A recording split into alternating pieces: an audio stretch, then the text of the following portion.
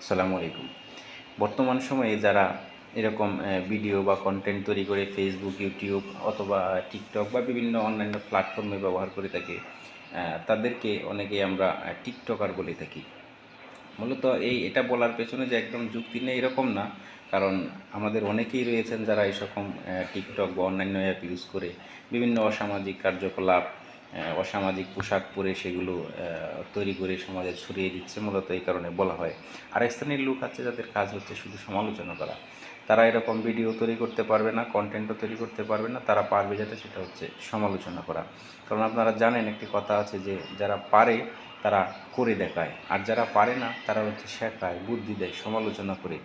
তো এই শ্রেণীর লোকদের কথা নিয়ে টেনশন কোনো কোনো কারণ নেই।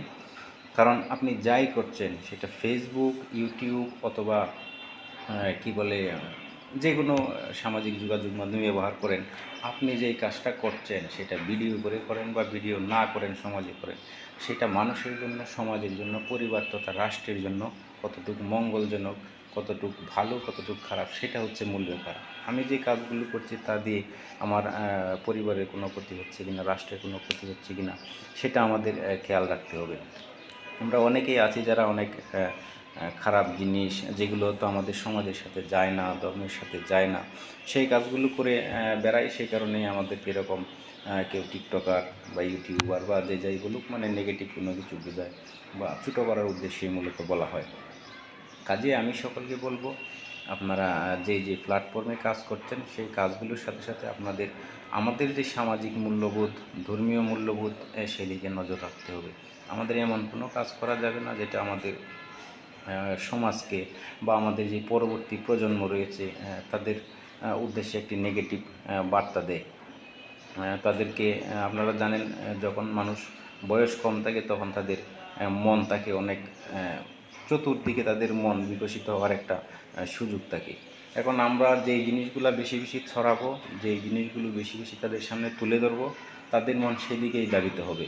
আমরা যদি ভালো কোনো কিছু করে দেখাতে পারি, ভালো কোনো কিছু উপদেশ তাদের দিতে পারি, তাহলে তারা তাদের ভবিষ্যৎ ভালোর দিকে যাবে। আর যদি খারাপ কোনো কিছু, অসামাজিক কোনো কিছু, সেগুলোই আমরা বেশি প্রমোট করি, তাহলে তাদের মন মানসিকতা সেদিকেই ধাবিত হবে।